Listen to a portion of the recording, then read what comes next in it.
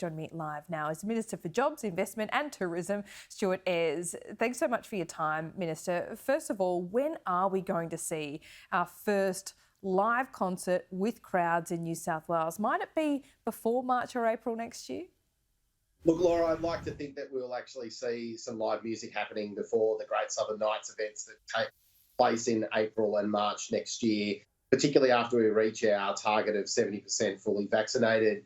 We've said as a government that we'll be releasing very soon our roadmap that will allow venues right across the state to understand what conditions they'll be able to operate under. I'm very confident that we'll be in a position where live music will be able to take place under that roadmap. That'll be a very welcome shot in the arm for our live music scene, particularly those who work across hospitality, arts and cultural work have really struggled through the course of this pandemic. So we want to make sure that as we're opening back up again, we give those guys an opportunity to get back on the road, get back to working. Last year, off the back end of the first phase of this pandemic, Great Southern Nights was a huge success. We had over 1,100 concerts around New South Wales in over 300 venues.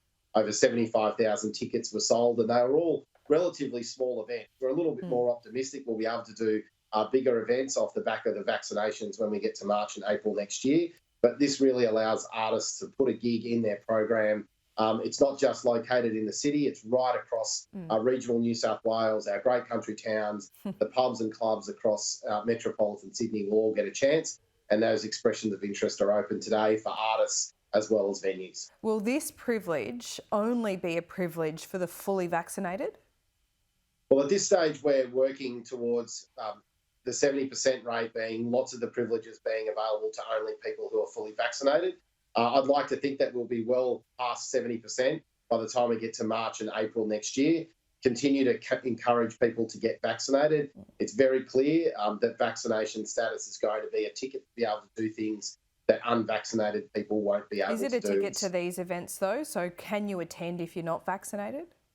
Well, I think we're a long way off March and April next year to be able to determine exactly what the conditions of entry will be for Great Southern Nights, but we should be really upfront and really clear about it. When we come to our 70% vaccination status and when we release the roadmap, a lot of these things like live music acts are probably only going to be available to people who are fully vaccinated. It's why the music industry last week went out and launched the Vaccination campaign. They want fans, artists back on stages. They want fans back in crowds. For that to happen, people have got to be vaccinated. That's the reality of where we sit in today's world.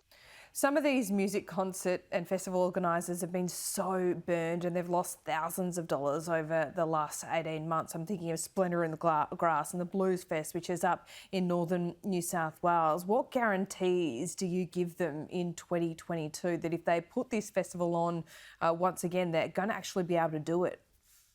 Well, this is the reason why the New South Wales government, through its tourism and marketing agency Destination New South Wales, partnering with ARIA, is putting on Great Southern Nights. So last year when we put it on, we carried and underwrote a lot of the costs associated with these concerts. It allowed big name artists like Amy Shark and Jimmy Barnes to be playing alongside local artists in local pubs and clubs and music venues right around the state because the government took on some of that risk. We're going to do the same thing again. That gives venues confidence to book artists. It gives artists confidence to book into the Great Southern Nights program. It's incredibly well supported by our highest profile artists because they know their support of Great Southern Nights gives gigs to local artists as well.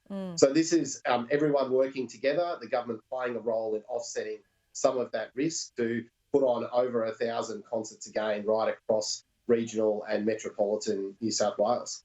Some artists have put their head above the parapet, like Guy Sebastian, urging people to get vaccinated because this is the reality. And do you have sympathy for him? You know what has happened there. He's removed the post, he's apologised because obviously there was a bit of a social media campaign. Yeah, I'm really disappointed at people who attack artists who are encouraging people to get vaccinated. We know that vaccination is going to make our nation healthier. It's going to make our nation safer. It's going to make our nation stronger, particularly economically. We know that the vaccines that are available in Australia right now, both Pfizer and AstraZeneca, are safe vaccines that do a fantastic job at making sure that you're protected from the full impacts of COVID. We've seen day after day in every state press conference around the country, premiers, chief health officers and health ministers reading out numbers of people who are in ICU and in hospital. And there's no doubt there's an overwhelming proportion of those people who are not vaccinated. So the message is really, really clear. Now's the time to be getting vaccinated. Across the country, we're seeing people roll up their sleeves day after day. We've really picked up speed in this vaccination rate. I encourage people who are a little bit hesitant about getting vaccinated, join the queues, join the club that everyone else who's getting vaccinated has joined, because that's going to allow Australia to get back to the life that we know and love. Minister, you're in Western Sydney. Is it now a case in New South Wales that curfews are doing more harm than good, and do they need to be lifted immediately?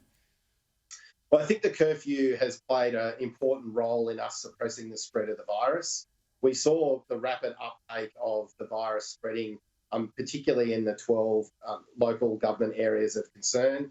That represents over 85% of our state's viral load. Is that time over the curfews done their thing and now it's time to lift them?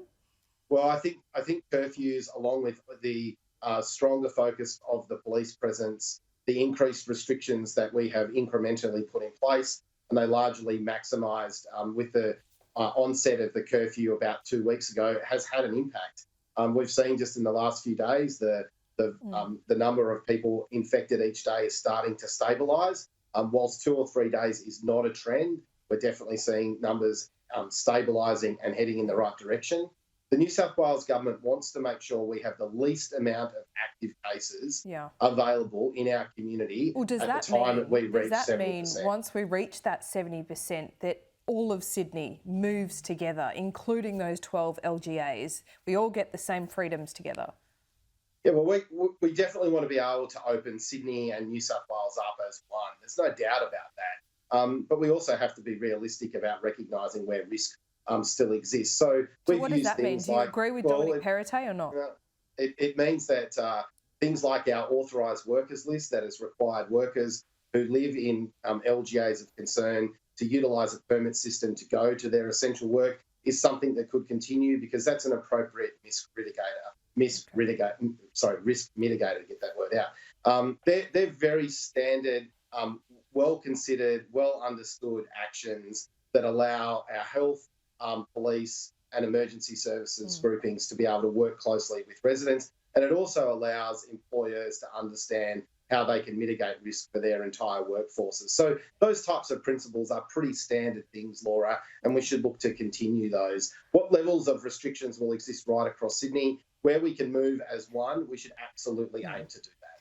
Stuart Ayres, thank you. Can't wait to get back to a concert and have someone spill a drink on me or something. Really looking forward to it next year. You've got Amy Shark, Missy Higgins, Jimmy Barnes, Baker Boy, Peking Duck. There's literally something for everyone. We'll find a good concert for you, Laura. Great. Looking forward to it. Got to get behind Kai Sebastian as well. He's copped it over the last day or so. No, Guy's done a great job. He's been a strong advocate for the music industry. And any artist that goes out and tells people to get vaccinated, they're only saying that because they want fans back in the crowds for their fantastic music. We all want to get back. Stuart Ayres, thank you. Thanks, Laura.